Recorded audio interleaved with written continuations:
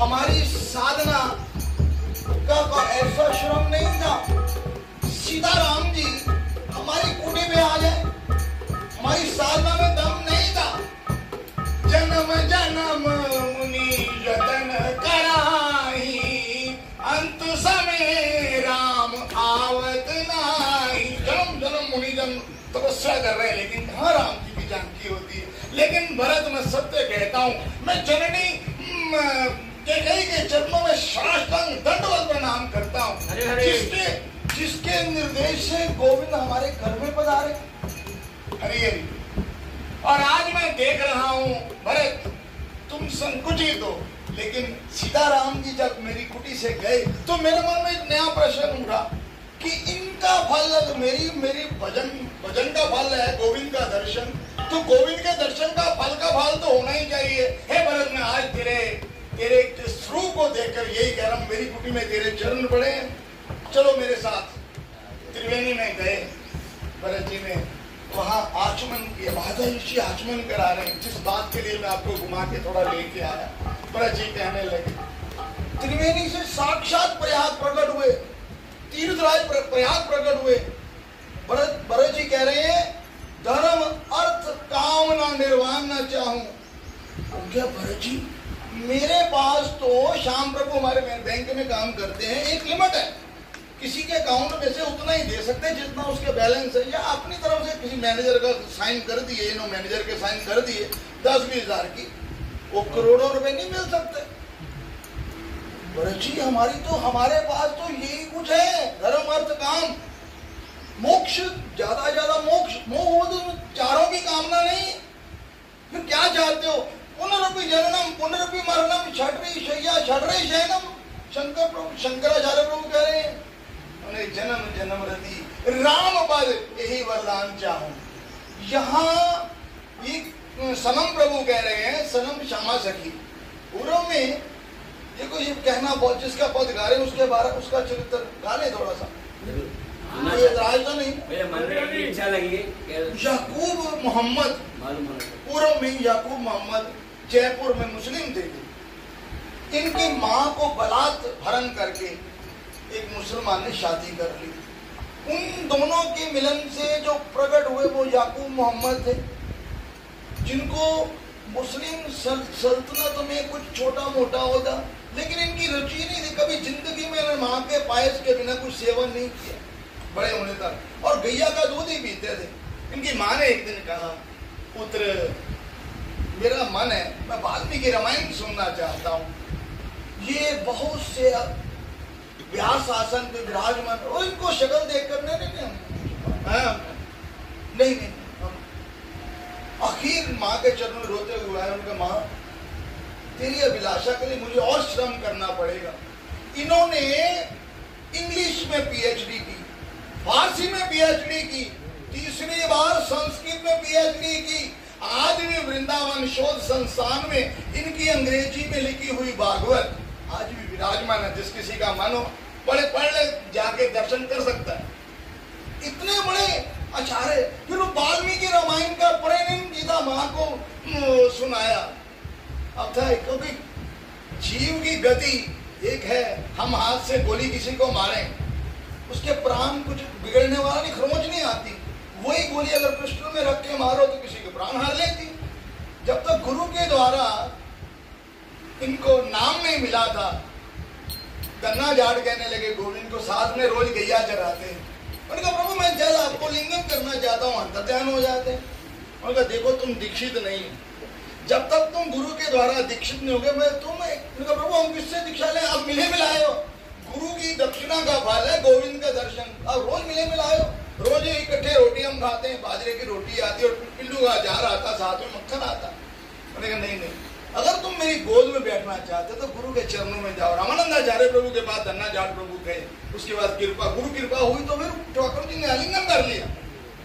गोविंद, देखो भगवान ने ये लीला इसलिए कही। अब ये ढूंढ रहे बाबू हम किसके वृंदावन में आए। सरस माधुरी महाराज ऐसे रसिकाचार्य प्रभु, उनका इनको संग मिला, उन्होंने इनको नाम प्रदान किया। जब नाम प्रदान किया ने कहा, देखो हमको श्यामा श्याम का दर्शन होगा। उन्होंने कहा बिल्कुल होगा तुमको, मैं आश्वासन देता हूँ। सरस माधुरी शरण प्रभु। अब उनके अनेकों पद है, अनेकों पद है। ये इतने बड़े कवि थे, सनम के नाम से उससे पूर्व इन्होंने बहुत सी रचनाएं की। याकूब जी ने, गुरुदेव ने जब इनको दीक्षा दी तो इनका नाम रख दिया सनम से श्यामा सखी। अब इनका नाम श्यामा सखी। और एक दिन की लीला आपको मैं सुनाता हूं। एक दिन घर से चले तो इनका मन हुआ मेरे पास बहुत बढ़िया इत्र पड़ा, इत्र लेके जाता हूं मैं। सजदे प्रभु, अरे इतना बात रह जाएगी, आप सामने बैठो तो अंदर से बाहर निकलेंगे। हरि बोल। इधर आओ। ये घर से इत्र की शीशी लेकर गए। आज सुबह सर समाज में पति का एक कृपा हुआ। अब इसके बाद देखो, सरस माधुरी प्रभु, सरस माधुरी शरण प्रभु, अनेकों पद है उनके भक्तमाल में। तो उन्होंने दीक्षा दी तो इनको आश्वासन भी दिया, पुत्र तुम्हें, क्योंकि हर गुरु की लालसा रहती है, हम जहां नहीं पहुंचे मेरा चेला वहीं पहुंचे। हर बाप अपना चाहता जहां मैं नहीं पहुंचा मेरा बेटा वहीं, कम से कम वहीं पहुंचे। मैं हमारे से आगे जाए तो हमारा मन खुश हो जाता।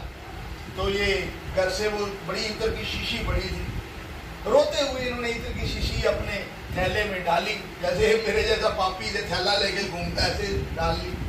और वृंदावन में टोपी कुंज में, टोपी कुंज है वृंदावन की फेमस, जहाँ सरस माधुरी प्रभु आवास था, वहां रासलीला आज भी नित्य रासलीला होती। ये जाकर पूछा, वो रास्ते में आते आते देर हो गई। देर हुई तो मैं बोला शायद आज मुझे दर्शन नहीं होगा, लेकिन आज कैसी व्यवस्था, ठाकुर जी लेट उठे।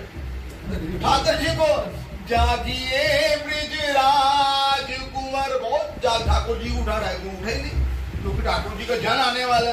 पीछे जाकर बैठ गए। अब इतने में वो घंटी बजाई तो उठे ठाकुर जी, प्रिया प्रीतम बाहर आए। श्यामा से श्याम को श्याम प्रभु कहने लगे, श्यामा जी, सखी जी, श्यामा सखी कहने लगी ललिता जी को, ललिता। अरे वो देख दूर श्यामा सखी बैठी हुई है, उनके पास मेरा क्या है, इतर है। उनसे बोला दो मुझे इतर। ये संकोचवश थैला नहीं उठा रहे थे। कहा मैं यमन जाति से आया, कहा मैं अपराधी, और मेरा ठाकुर कब स्वीकार करे। श्यामा सखी तुझे ही कह रही है ललिता, ललिता तुम उसके पास जा और ले गया। आधा उन्होंने टोपी, हरि बोल पप्पू प्रभु, आंखें बंद की तो फिर मेरा बंद हो जाता। हरि बेटा मेरा ऐसा ही है। तो ललिता सखी को वो शीशी दी, आधा प्रिया के ऊपर प्रीतम ने डाला, प्रीतम ने प्रिया को, थोड़ी सी 2-4 बूंदे थी, और इनको प्रसादी उसी को श्यामा सखी को दे के आ। श्यामा सखी अपने आंसुओं से सारा हो, तब प्रिया प्रीतम गाने नाचने लगे। ये वहां से जब विश्राम हुआ तो उसमें ये कहाँ राधा गोपीनाथ प्रभु कहाँ प्रकट हुए थे, राधा गोपीनाथ प्रभु, हाँ उसमें कुंज, उसका नाम है, घाट का नाम है, नहीं वंशीवट में आ गए। वहां प्रिया प्रीतम के चरणों का ध्यान करके वहीं अपना शरीर का परित्याग कर दिया उसी दिन। ऐसे महान श्यामा सखी प्रभु का पद का आश्वासन कर रहे हैं। प्रभु जी आज ऐसा कृपा है, मैं 1 घंटा पहले जो पाठ कर रहा था, सरसमाधुरी जी का पद आया। तो आपको एक लास्ट पद गा लेंगे, विश्राम देके फिर आपके सुनाएंगे। नहीं कुछ लालसा धन की, नहीं कुछ लालसा